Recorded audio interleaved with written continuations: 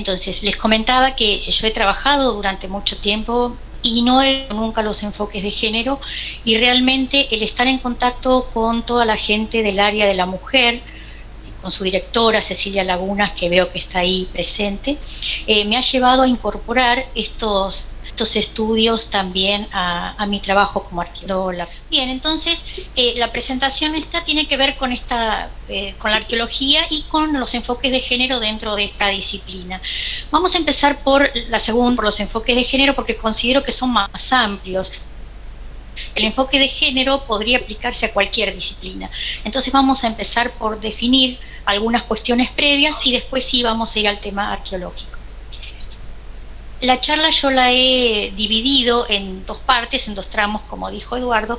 El primer tramo vemos algunas definiciones y algunas cuestiones muy básicas, y en el segundo tramo quería presentarles un poco cuáles son los trabajos que yo he estado haciendo últimamente empatados precisamente a estas cuestiones de género y sexo. Bien, en principio vamos a definir, para que quede claro, digamos, algunos conceptos que entendemos por sexo y cuál es la diferencia entre el sexo y el género. Cuando hablamos de sexo, hablamos de una cualidad biológica.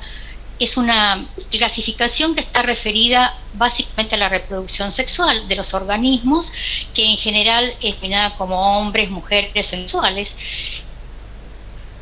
Pero además de esta clasificación de reproducción sexual, también hay otros elementos que caracterizan al sexo, o sea que no es tan sencillo clasificarlo y no es tan sencillo definirlo, porque además de esta característica de órganos reproductores, también tiene que ver con la dotación cromosómica, o sea, con nuestra genética, con factores hormonales y también con factores ambientales. O sea, estudios muy recientes han determinado que también el ambiente ocasiona cambios en los organismos, cambios biológicos en los organismos.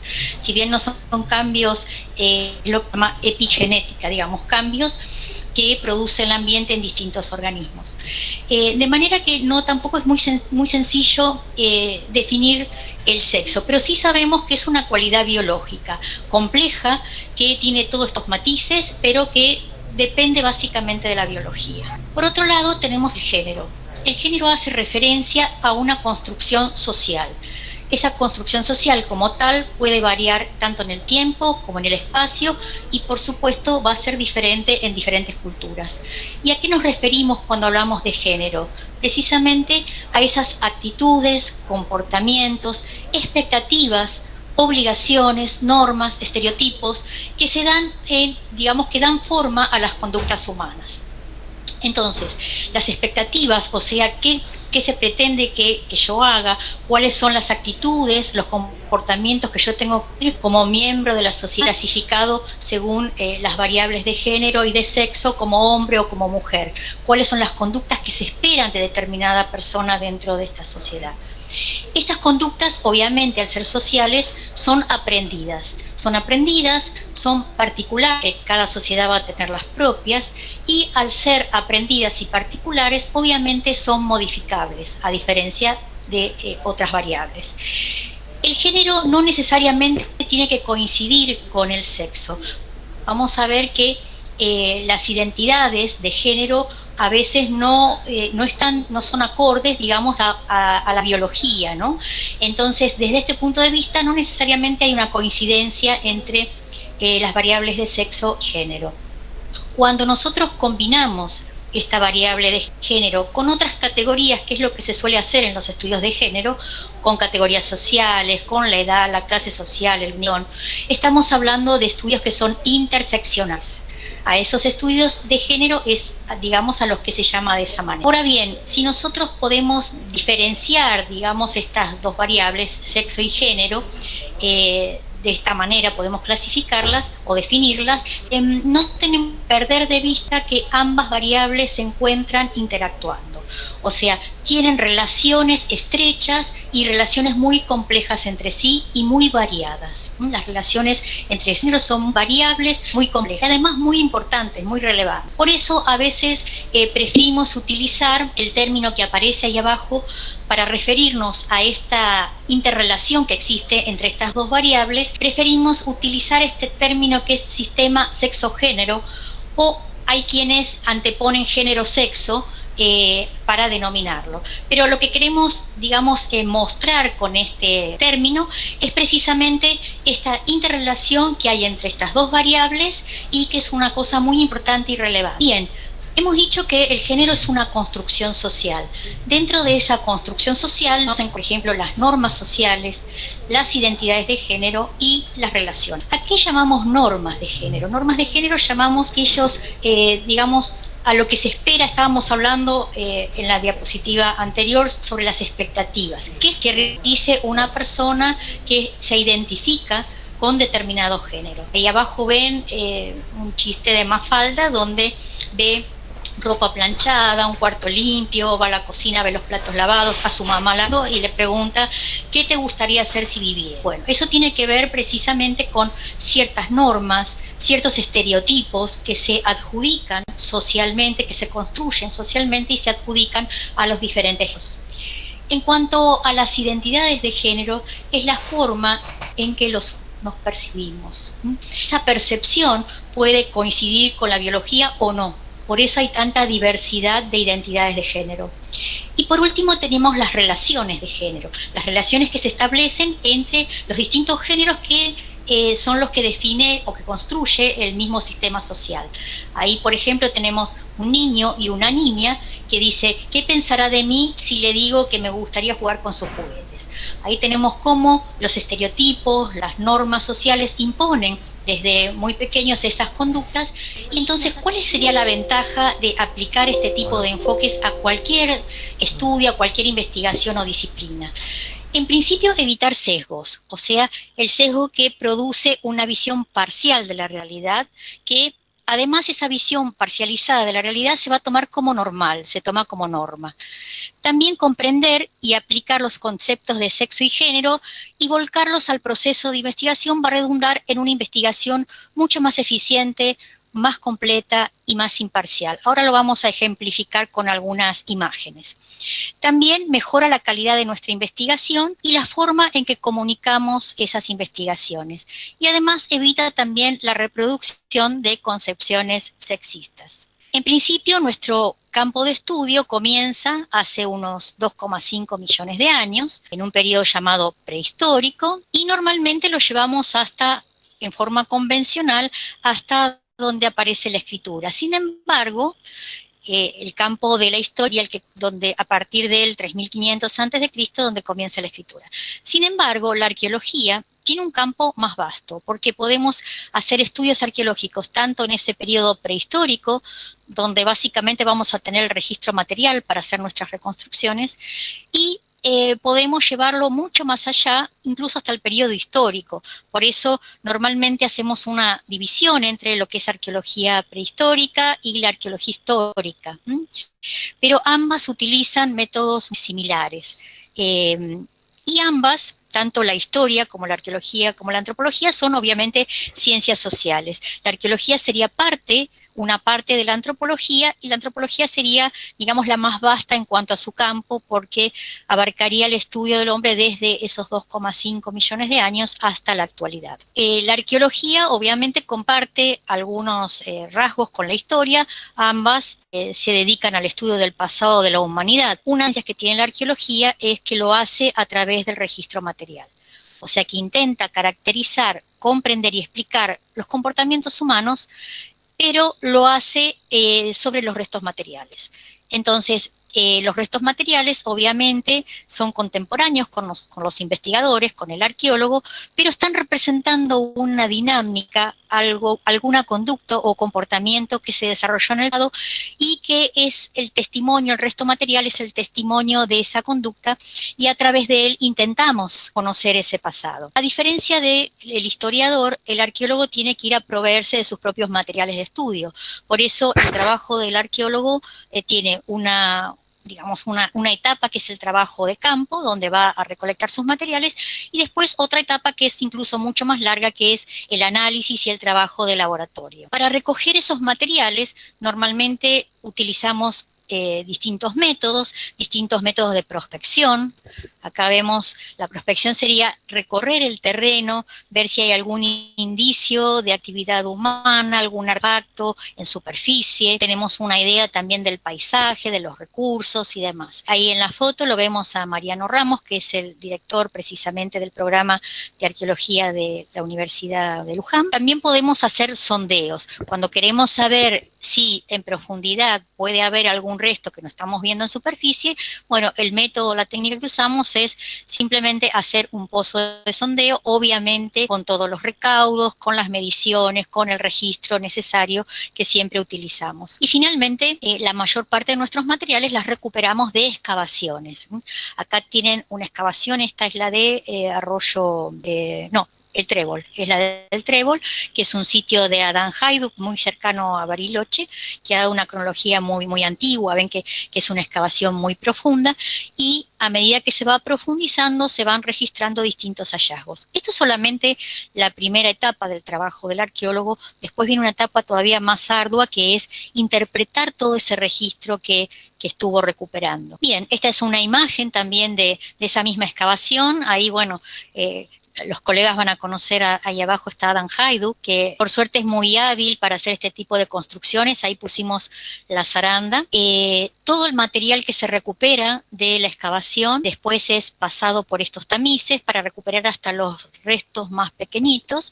Hay colegas españoles que por supuesto trajeron equipos como estos, que son estaciones totales, que nos permiten hacer un registro mucho más rápido, bien, muy minucioso, muy preciso, de registro de los distintos materiales que van apareciendo en la excavación, que después se vuelcan a un ordenador. ¿Cómo combinamos entonces con esta breve descripción de lo que es el trabajo arqueológico y las categorías de género? ¿Cómo podemos combinar ambas cosas en esta arqueología de género? Hay varios aspectos que podemos ver. La arqueología de género no es un invento. Hay muchos países en que este tema ya está muy adelantado, incluso en algunos países europeos los proyectos de investigación en sociología, en historia, en arqueología, en los proyectos es obligatorio tener perspectiva de género, o sea, hacer alguna alusión a la perspectiva de género en la presentación de proyectos de investigación. En nuestro país todavía eso no se ha dado. ¿Cuáles son los enfoques que podemos, o los temas que podemos enfocar a través de esta perspectiva?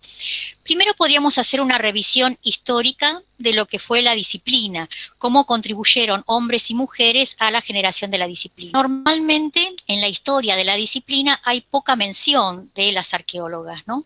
Entonces, bueno, ese sería un camino, revalorizar, hacer una historia de la arqueología que rescate a hombres y mujeres que, digamos, hicieron que la arqueología sea lo que hoy tenemos en la actualidad. Otra de las vertientes sería hacer investigaciones en nuestro trabajo arqueológico, incluir estas categorías de género para entender mejor el pasado a partir de la información que nos da el registro arqueológico. También podemos hacer didáctica. He visto que mis colegas de La Pampa están conectadas también y han sufrido la inclusión de bibliografía también de género en la materia que yo doy en esa universidad, que es prehistoria. Entonces también es una forma de incluir la perspectiva de género.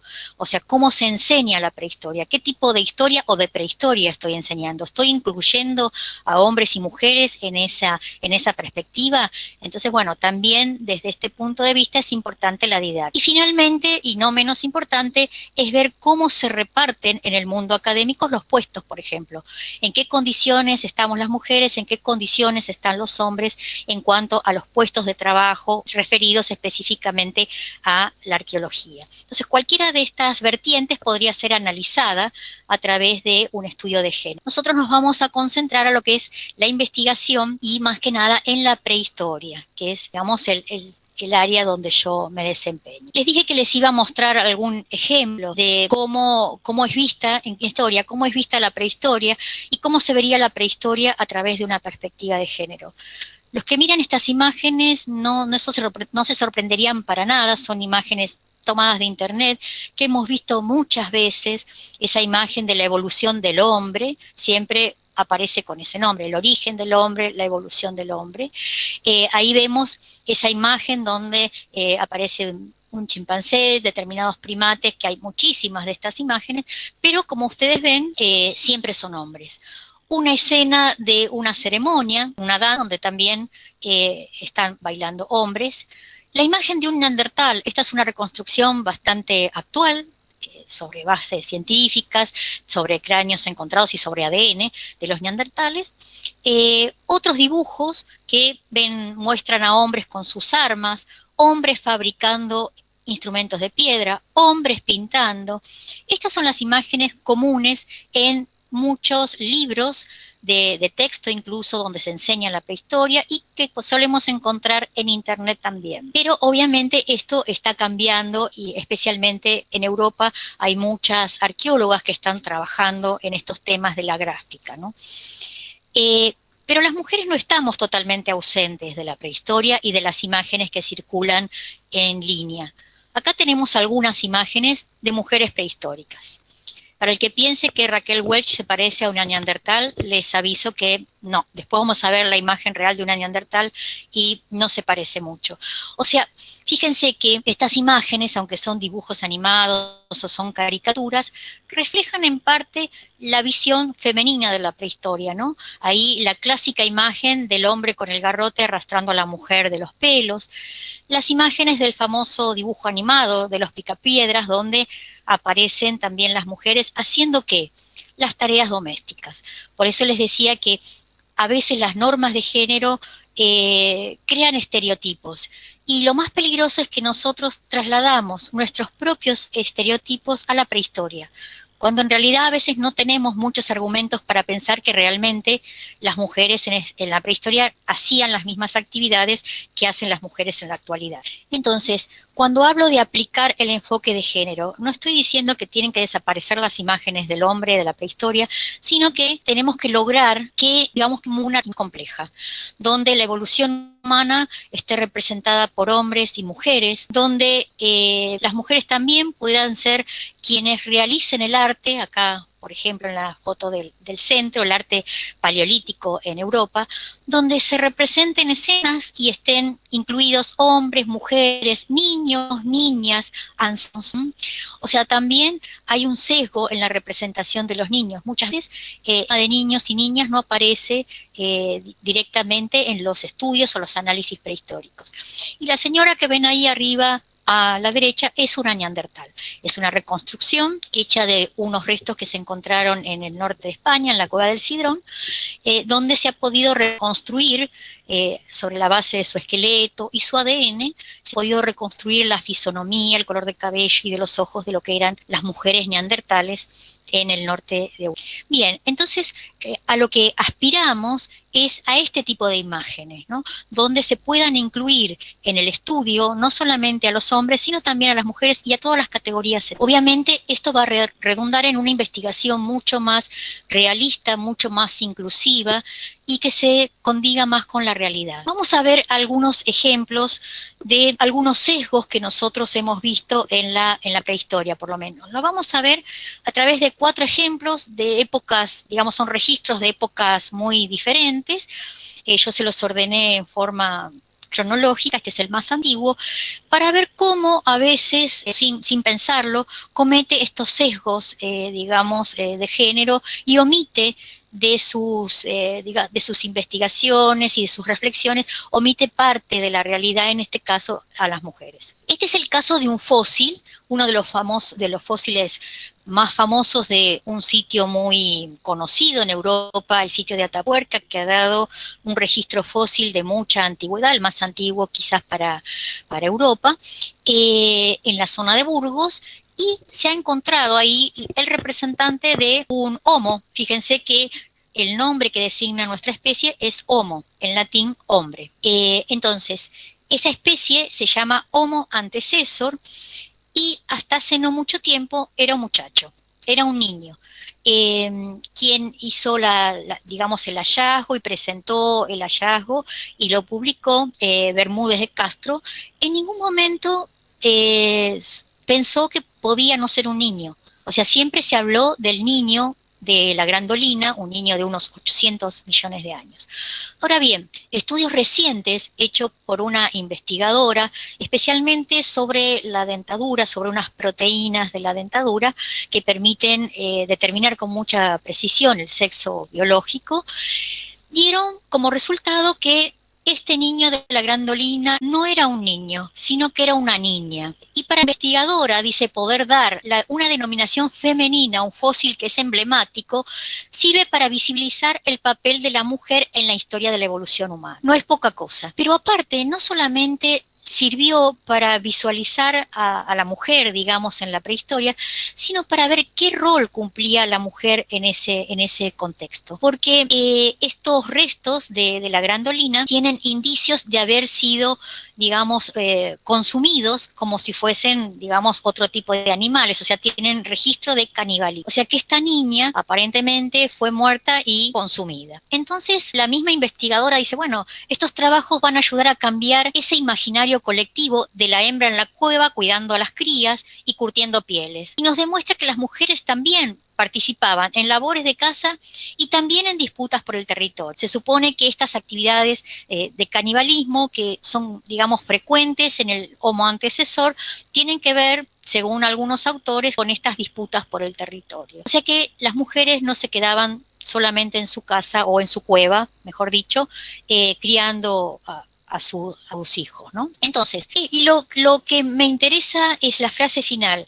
Esta experta reconoce que no había ninguna razón científica previa para decidir que los restos del fósil eran los de un hombre. O sea que se encontraron los restos y se asumió sin ningún tipo de evidencia que eran los restos de un niño. Recién con los estudios posteriores se pudo determinar que eran los restos de una niña. Vayamos un poquito más adelante en el tiempo, vamos a ver el arte paleolítico en Europa. El arte paleolítico tiene una gran extensión espacial y temporal en el continente europeo, arranca de hace unos 40.000 años y llega hasta unos 18.000 años, 15.000 años aproximadamente, o sea que abarca miles de años y tiene una gran diversidad de representaciones.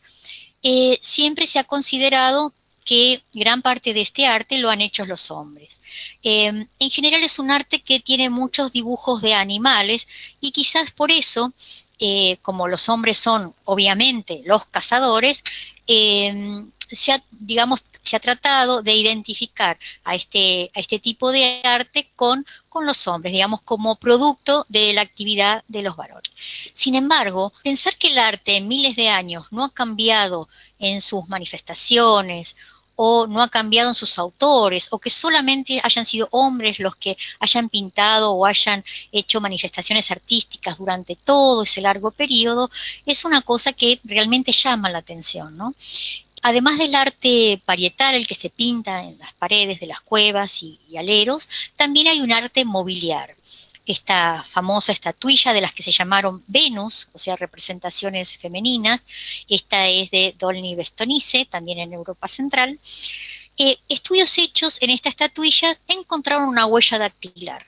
Y los estudios hechos sobre la huella determinaron que tal vez pertenezca a una mujer o a un individuo subadulto. También encontramos entre las representaciones pictóricas de las cuevas de Europa de este momento, encontramos muchas representaciones de manos como las que ven ahí abajo, y muchas de ellas fueron identificadas como manos femeninas. Incluso hay manos identificadas como pertenecientes a niños y niñas, o sea, manos pequeñas.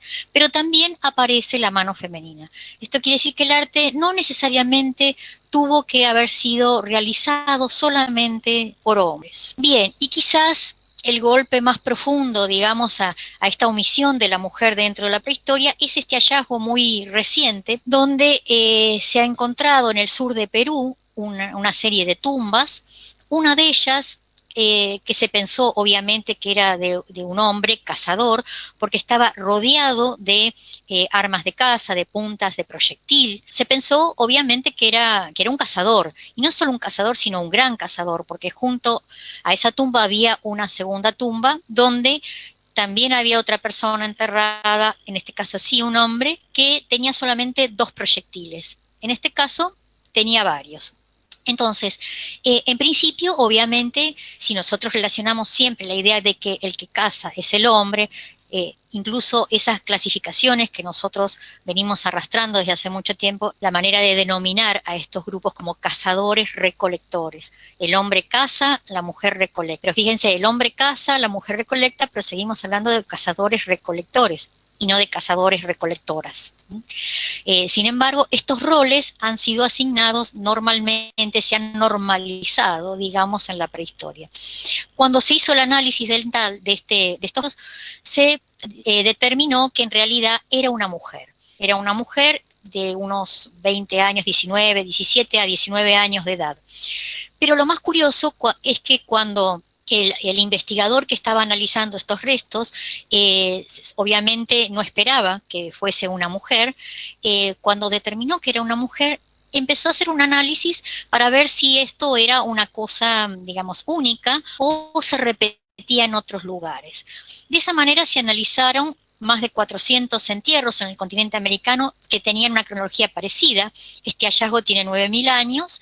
Se analizaron entierros de entre 14 y 8.000 años de antigüedad. Y se identificaron a 27 individuos que pudieron determinarse con certeza y adjudicarse a, digamos, determinados sexos, si eran varones o eran mujeres, que además tenían en sus entierros algún objeto que los relacionaba con la casa. Cuando analizaron esos 27 individuos, resultó que 11 eran mujeres y 16 eran hombres. O sea que esto no trabajo concluye que entre un 30 y un 40% de la casa era provista por las mujeres. Y finalmente, antes de hacer el primer corte, el último ejemplo de sesgo que solemos tener los arqueólogos, quería mostrarles este último hallazgo, es el de la Dama de Baza, también es un hallazgo europeo, mucho más reciente, siglo IV antes de Cristo.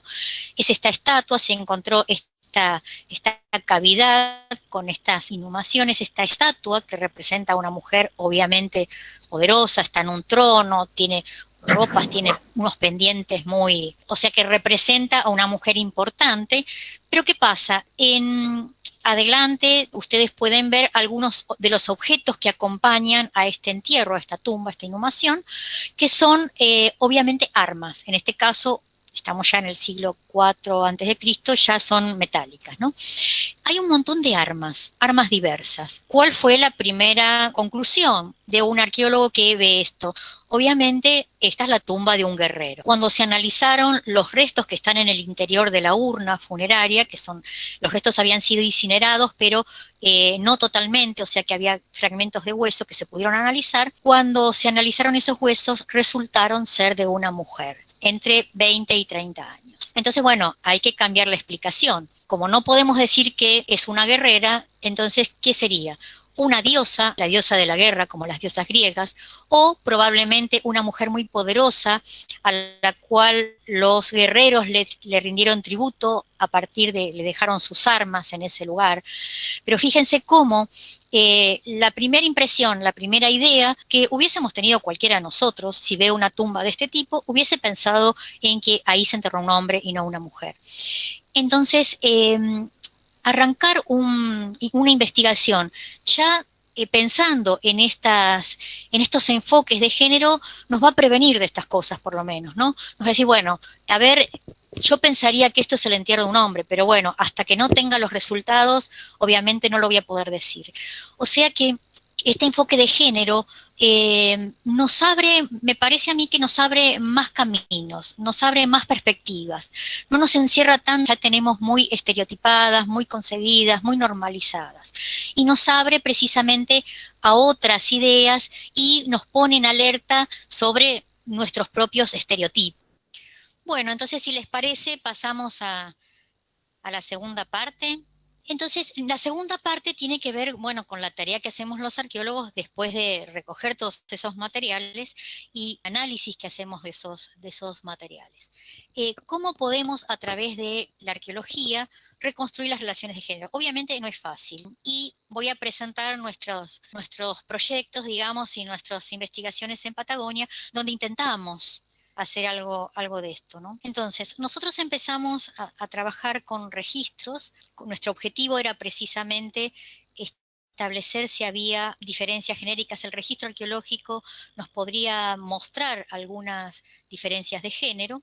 y utilizamos los datos recuperados de distintos sitios, especialmente los que voy a presentar son de Río Negro, cercanos al río Limay, la cuenca del Pichileufu, que es un afluente del río Limay, y ahí encontramos registros en diferentes, digamos, lugares. Registro de superficie, registros también en cavidades, en cuevas, en aletas. Entonces, nuestro objetivo era conocer el rol que habían desempeñado distintos actores sociales en la distribución de las tareas cotidianas en estas sociedades cazadoras-recolectoras del norte de la Patagonia en los últimos 3.000 años, que eran los datos que estábamos manejando para ese lugar. Y ver si podíamos individualizar, en principio, algún indicador arqueológico que nos pudiese identificar conductas que podríamos asociar a la división del trabajo según sexo o género. Ahí tenemos una de las cavidades que habíamos estado trabajando. Esta se llama Casa de Piedra de Ortega. Es una pequeña cavidad ubicada en Río Negro, muy cercana al Limay, que tiene una cavidad interior y unimos ambos lugares. Casa de Piedra de Ortega, el interior, y excavamos el lugar a cielo abierto también. Después también completamos, digamos, el registro de esta área con la recolección de otro sitio que vamos a ver. ¿Qué tratamos de identificar en estas, por lo menos en la excavación que hicimos dentro de la cueva? Queríamos ver si había algún espacio, si el registro nos mostraba, si la distribución de actividad. Después veríamos si esas actividades podrían asignarse a algún protagonista en particular. Tomamos entonces la idea de, esta es una imagen de una planta, o sea, de un mapa de parte de la excavación, donde se puede ver un fogón, un gran fogón, y en torno a ese fogón hay distintos materiales. En general encontramos huesos que han sido producto del consumo, están partidos, están quemados. Encontramos materiales de piedra también, como por ejemplo raspadores, alguna punta, desechos de la actividad de talla, lo que normalmente solemos encontrar en estos lugares. Entonces recurrimos a las arqueólogas europeas que ya tienen una trayectoria en las investigaciones de arqueología y género, y tomamos de ellas el concepto de área o actividad de mantenimiento. ¿Qué son las actividades de mantenimiento según ellas? Son las tareas que procuran el sostenimiento y el bienestar de los miembros del grupo social, que tienen que ver con el ciclo vital. O sea que estas tareas van desde el nacimiento a lo largo de todo el ciclo y hasta el tratamiento de las muchas actividades. Acá el tejido, porque obviamente este texto está sacado de Europa, ¿no?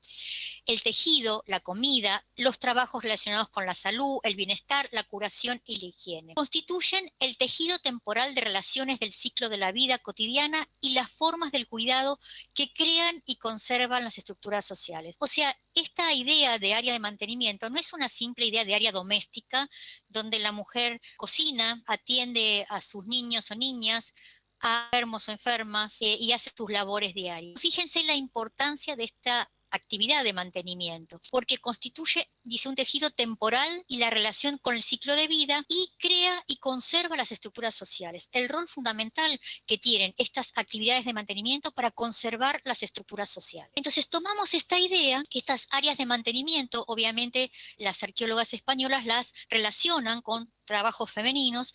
Entonces tomamos esta idea para analizar las probables áreas de mantenimiento que podrían encontrarse en, digamos, en lugares que estábamos excavando. En esta, digamos, en esta cueva donde acabamos de mostrar la planta, parte de los restos que aparecían eran estos. Tenemos a la izquierda son raspadores, cantidad de raspadores, muchísimos raspadores, aparecían muy concentrados en ese lugar. El raspador es un instrumento de piedra, para quienes no son arqueólogos, que sirve básicamente, en este caso se usan básicamente en este sector de Patagonia, para procesar las pieles, o sea, para el curtido de... Ustedes van a ver que son muy diversos, pero lo que tienen en común en los raspadores son este filo así en arco, este filo curvo, que es, digamos, la parte útil del raspador. El raspador normalmente se puede utilizar enmangado, con un mango, pero en las excavaciones generalmente encontramos solamente el raspador de piedra sin mango.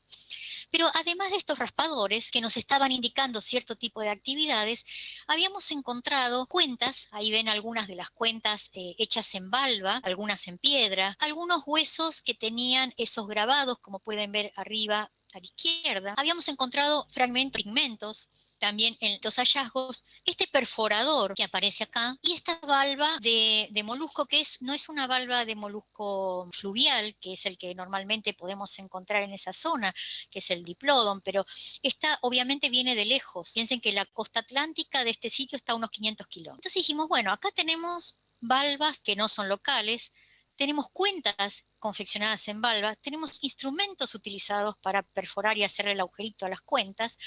No tendremos acá un lugar donde se confeccionaron estas cuentas, y si estas están ligados a estas áreas de mantenimiento, ¿no serían las mujeres también que, además de hacer sus actividades de trabajo en el cuero, también podrían hacer actividades como la preparación de adornos personales? Es una pregunta, obviamente, pero aparecían en la misma área en el mismo sector del sitio, aparecían este tipo de elementos que podemos asociar a este tipo de actividades. Después también revisamos un sitio que estaba muy cercano, donde está la flechita es donde está la cueva, y muy cercano, cerca de un meandro del río, este es el río, había también un registro de superficie sobre estos médanos. Cuando analizamos los materiales, obviamente el tipo de material era diferente a lo que encontrábamos dentro de la cueva, pero se parecía a lo que encontrábamos afuera de la cueva. Y básicamente, ¿en qué consistía ese material? Muchos desechos de talla, o sea, el material residual de haber fabricado algún tipo de instrumento, y por el tipo de desecho se ha determinado que eran desechos de producción de artefactos bifaciales como las puntas de proyectil. Entonces, ese era un lugar donde se fabricaron puntas de proyectil. Además, la materia prima utilizada en este caso es una que se usa normalmente en el área para hacer este tipo de trabajo, las puntas de proyectil, que es una dacita que viene de una cantera que está cercana. Entonces, y el material que aparecía afuera de la cueva también se parecía a este que habíamos encontrado acá en este médano. Entonces acá por lo menos teníamos al menos actividades diferentes en espacios diferentes. Fabricación de puntas de proyectil, por ejemplo. O sea, estamos hablando de frecuencias, no quiere decir que la única actividad desarrollada en ese lugar haya sido esa, sino la más predominante, ¿no?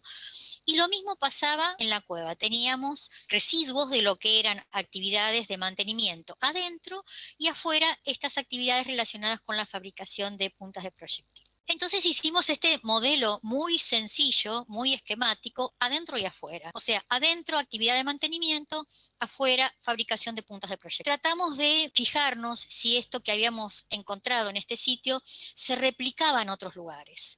Y vimos que sí, hay otros sitios del área en que también tenemos esa, digamos, esa diferenciación en las actividades. Incluso cuando los sitios son más tardíos, en el interior se encuentra la cerámica también. La cerámica en este sector tiene más o menos unos 1400 años de antigüedad.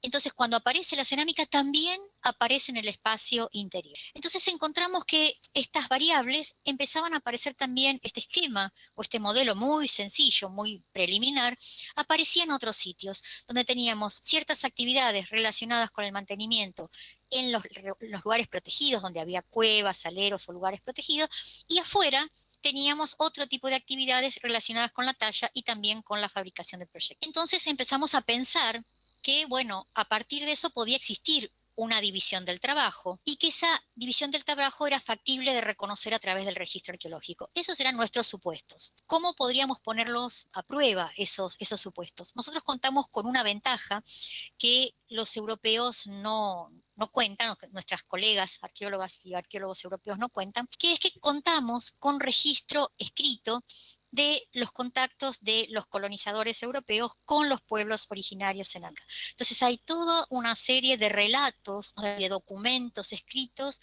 que nos cuentan sobre la vida de estos indígenas en el área de Patagonia, que es mi área de... Y además contamos con poblaciones originarias actuales, o sea que no solamente podemos recurrir a esos documentos escritos para darnos una idea de cómo habían sido los roles de género o de sexo en estas sociedades, sino que también tenemos a los propios protagonistas. Entonces recurrimos a toda la información que nos fue posible, o sea, a la información escrita, a los testimonios orales, tanto sean los recogidos por distintos investigadores, como viejas cintas, por ejemplo, recogidas hace mucho tiempo, más de medio siglo, pero también hay informantes actuales, más que informantes, que los llamamos interlocutores, ¿no? Y recopilamos toda la información posible en cuanto al tema. ¿Para qué? Obviamente sabemos que es difícil que la información que nosotros recojamos en este momento o la que podamos obtener de estos documentos históricos pueda trasladarse linealmente a un pasado de 3.000 años. Pero nos puede llevar a la formulación de ciertas hipótesis y, bueno, poder interrogar al registro arqueológico teniendo esas hipótesis en mente.